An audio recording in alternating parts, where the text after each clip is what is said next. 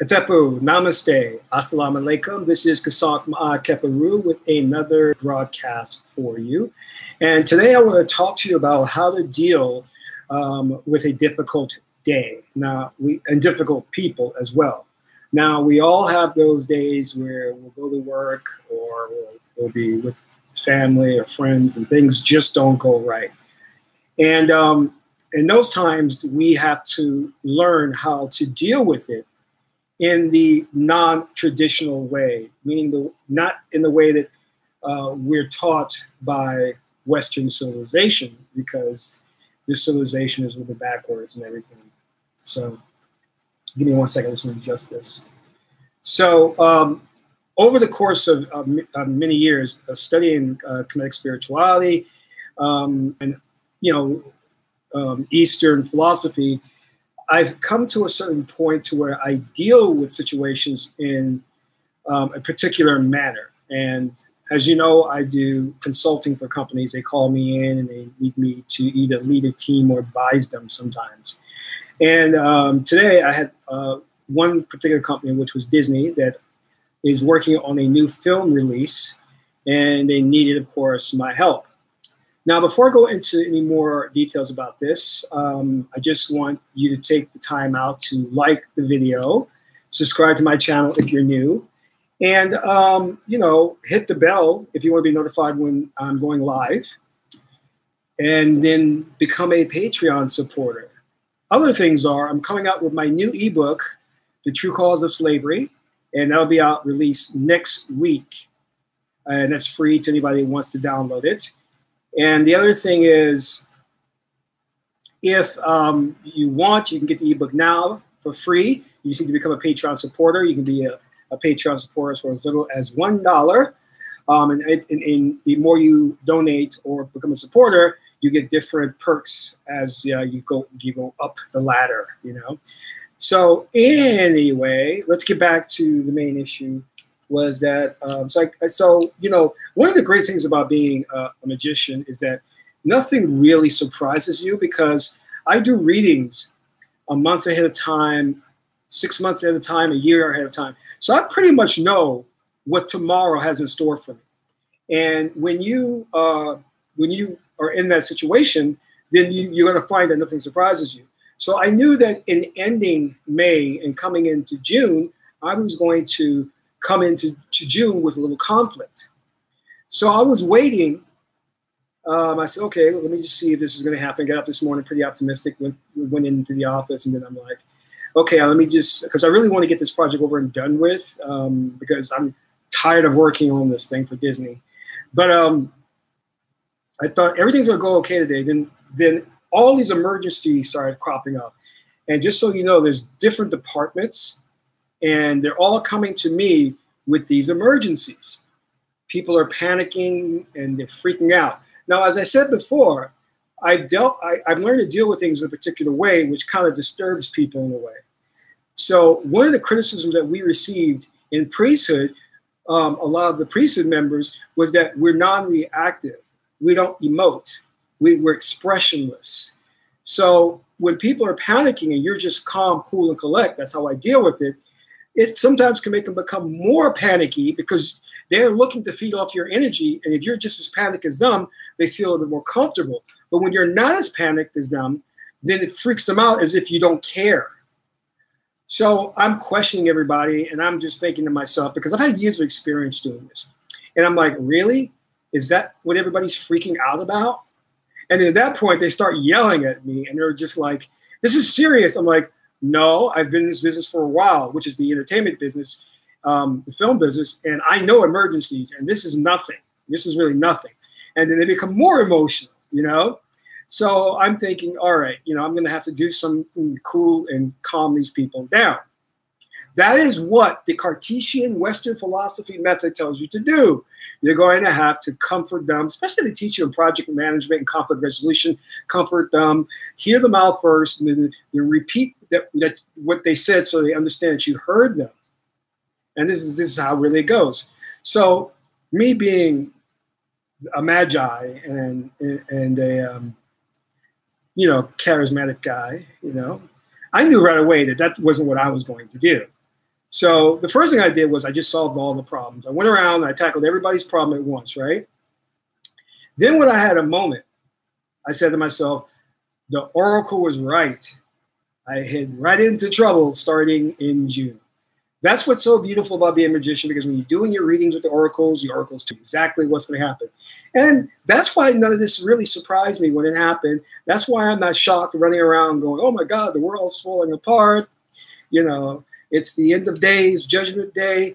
So at that point, when I got an opportunity to leave the office, and I said, well, you know, I'm just going to go home and I'm going to sit, I'm going to meditate. And actually, I think I did it when I went outside and sat down because it was a nice day, and I meditated. So here's basically the takeaway I want to give to you. You are getting into a difficult situation with very difficult people. My minister used to say, who was a Kemetic king, you're dealing with Sahu people, animal-spirited people.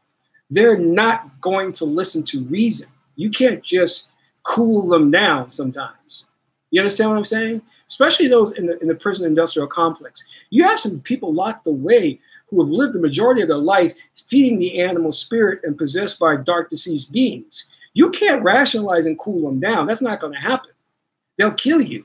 You understand what I'm saying? You could be talking and say, you know, hey, I hear you, and then they shank you, you know? So what I'm trying to tell you is that this whole idea of the one-to-one correlation, Cartesian logic, it doesn't work, you know? What we have to start thinking about is what quantum mechanics tells us is quantum entanglement. All things are connected. There is a nonlinear way to approach things. So as I spoke to you before about my previous broadcast, I said, listen, obviously,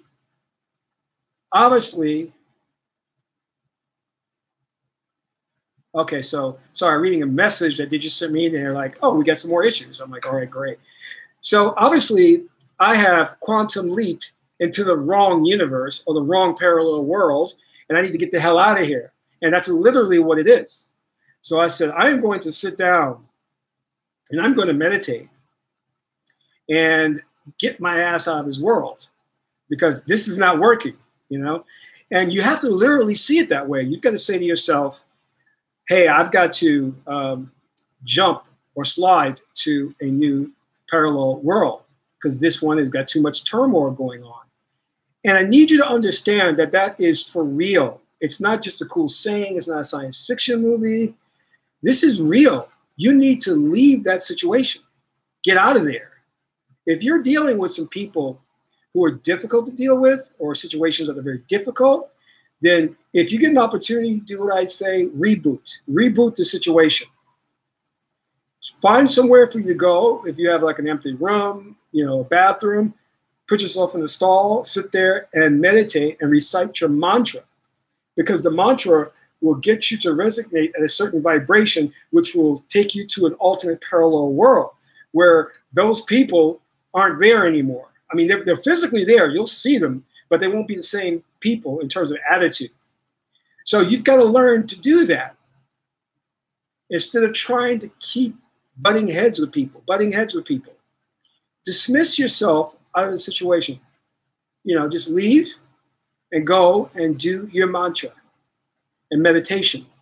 It could be as short as 5 minutes. It could be as long as 30 minutes. But do it to save your sanity, you know?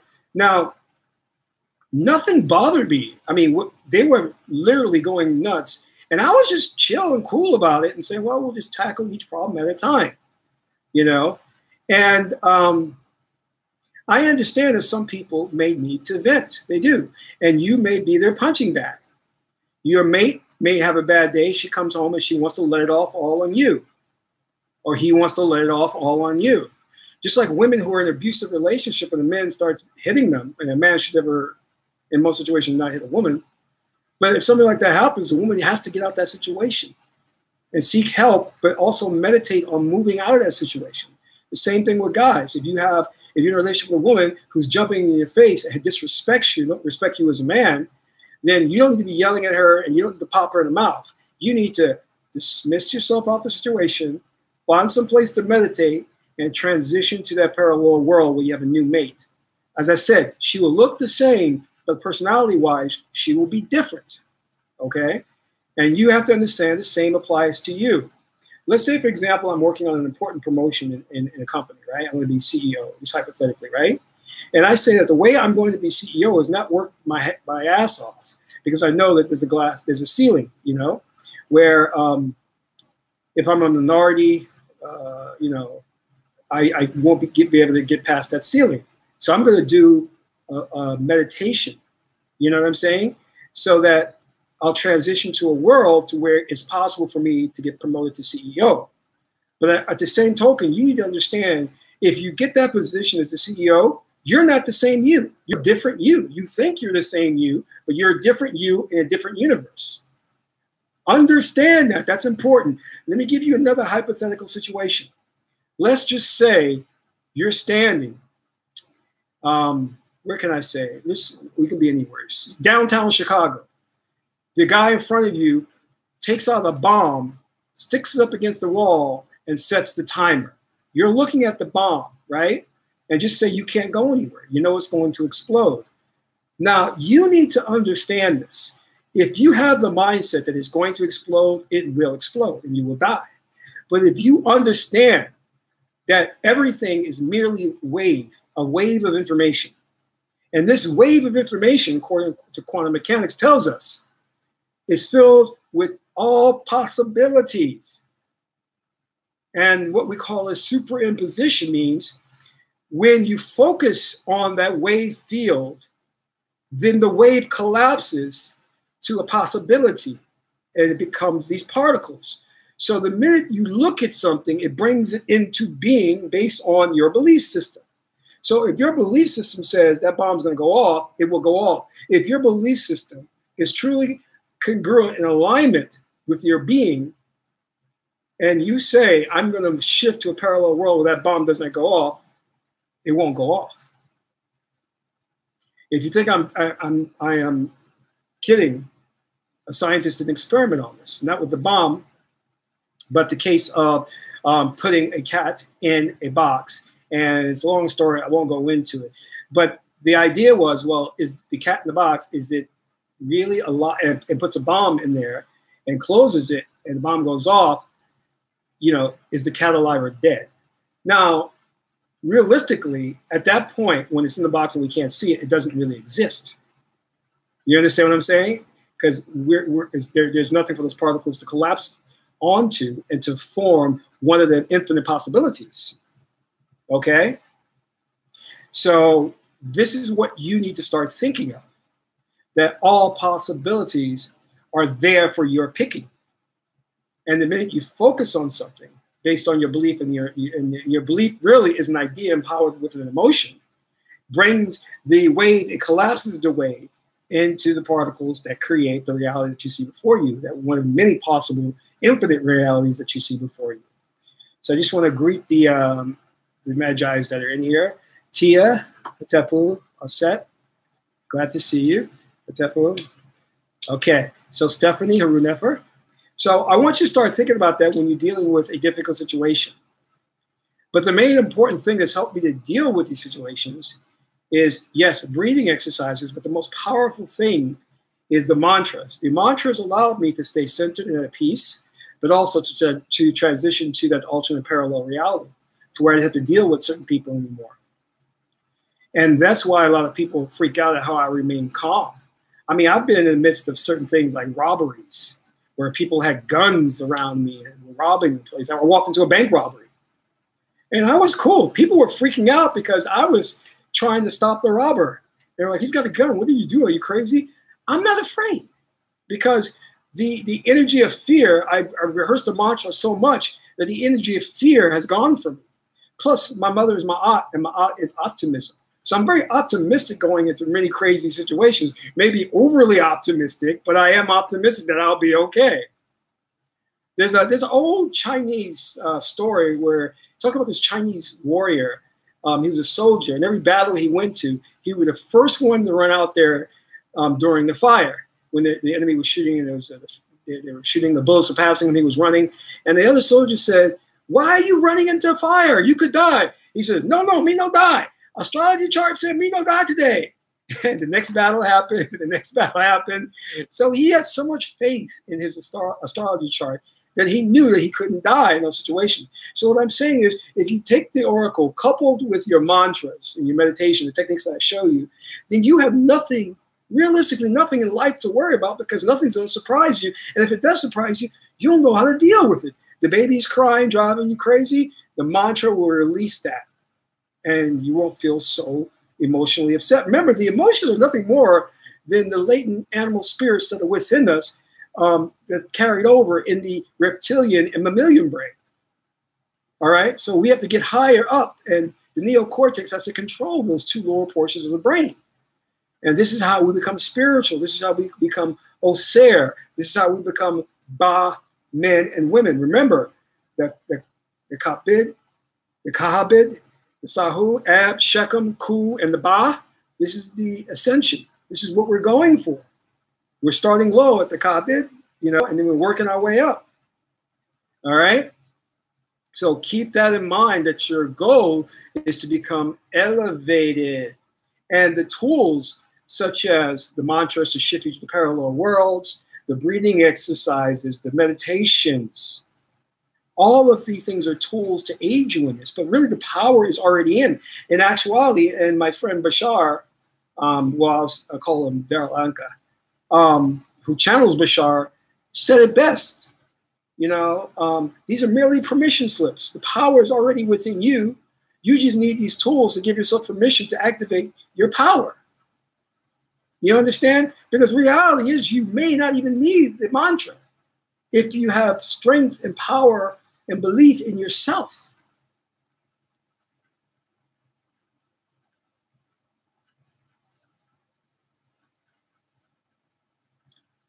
So Patrick has a really good question. He says he experiences the same reality over and over again. Every time he's about to encounter success, it is interrupted because you have a belief system that's blocking that.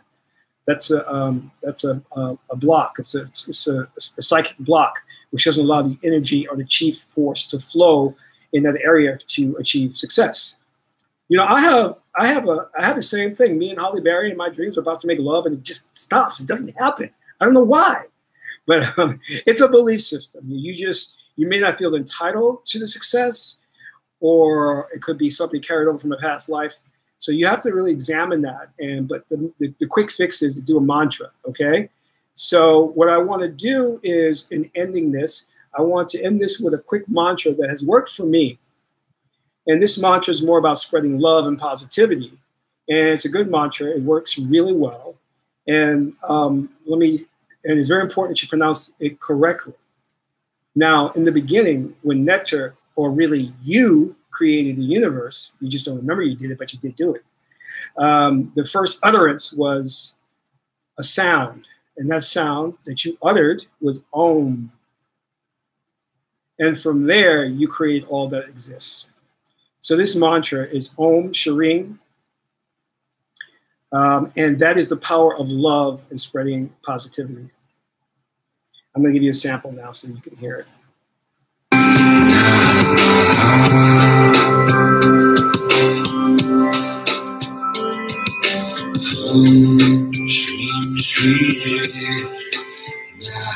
So it's Om Shrim Shriye Namaha. Om Shrim Shriye Namaha. Om Shrim Shriye Namaha. Now you have to recite it not as fast as me, but so you feel the vibration, and that's the important thing, that you're getting out the resonance within the word itself, each word itself, and the music is there to excite the positive emotional aspect within you, because that's really the most important thing. The visualization is not that important. It's only the emotion behind the visualization that's good to get there, because, like I said, and if you read the book. I don't have it in front of me, but it talks something about, very important, is that if you don't have mantras, if you can live throughout your day in a very positive and excited mood about the objective you're going toward, that's really all you need. It's really all you need. So I think the book is called How to Live an Accelerated Life. And I brought the book out before in the previous broadcast, but it's a really good book too. So, but the thing is, these guys are one-trick ponies, though. These authors come up with these really good things, but they rely only on one thing. Like, for example, this author relies only on the chi energy force. Well, that's good, but you need other things, you know? You need the belief system to be in tune correctly, you know? You need the breathing correctly. You need the visualization correctly, you know? So, Om Shrim Shrim Namaha, all right? So let's listen again. And you should repeat it mentally to yourself as you're listening to the mantra.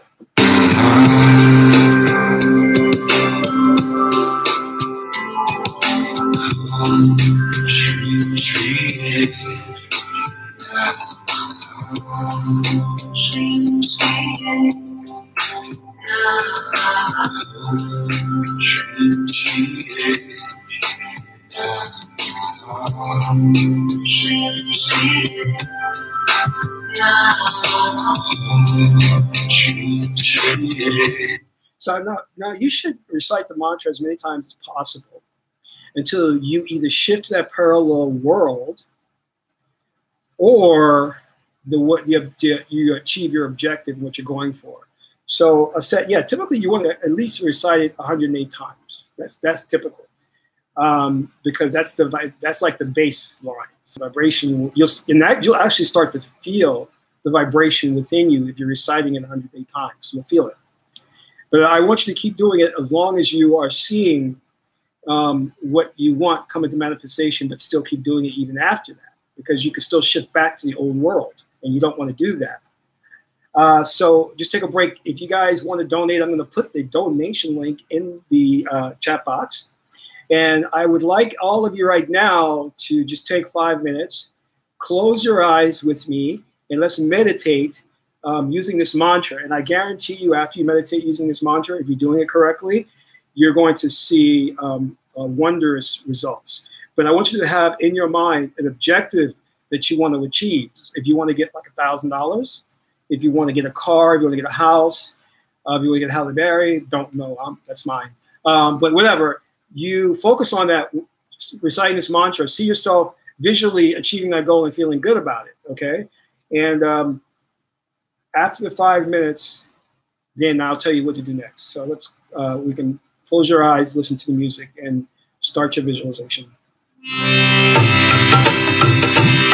Oops, sorry about that. Let me go back.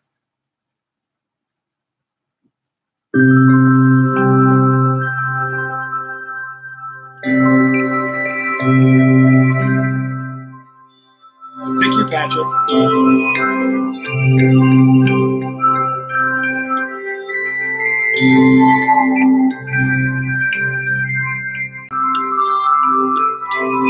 I'm sorry, I think I answered your question 108 times because that's the amount of times that the vibration starts to resonate, okay?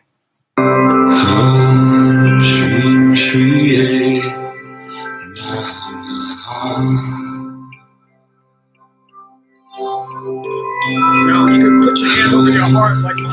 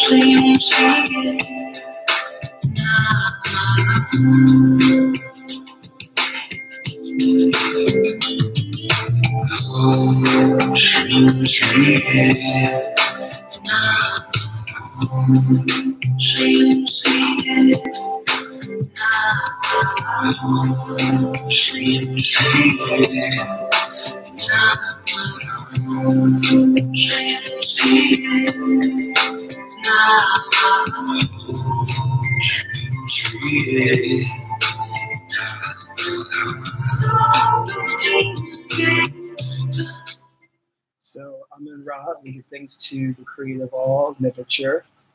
So that's it. Now, whether you realize it or not, you have shifted to a new parallel universe. Now, is the shift significant enough to you to see something different?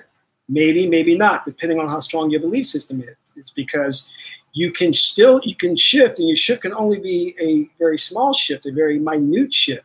And you haven't shifted enough to see the thing that you want, the objective. So that means that this is what we talk about, a quantum leap. It's like, how big of a leap are you taking? Some people take a baby leap. A baby leap doesn't do much, so you're not going to see a change in your environment, but you have changed, or things have changed as well. Now, if you want to really empower this when you're meditating, and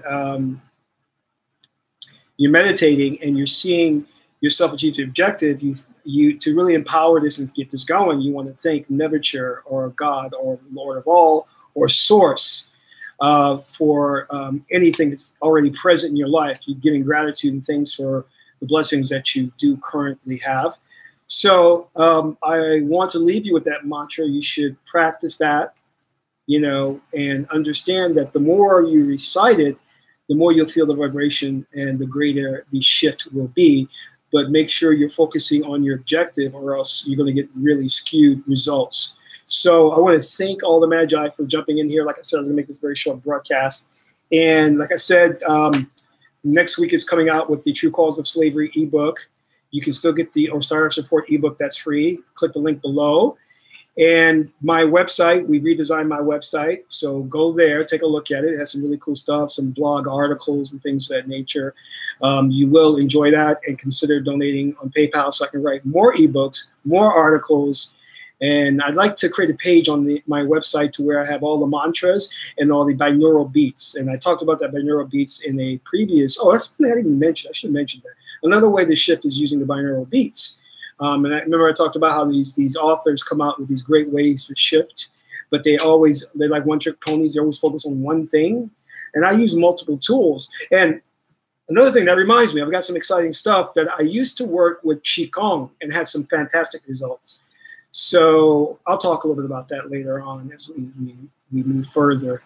But so I want to thank you all for, yes, it was a great mantra. Thank you all for attending. And until my next broadcast, this is Kasank Ma'at Keperu, son of Ma'at Amun-Ra.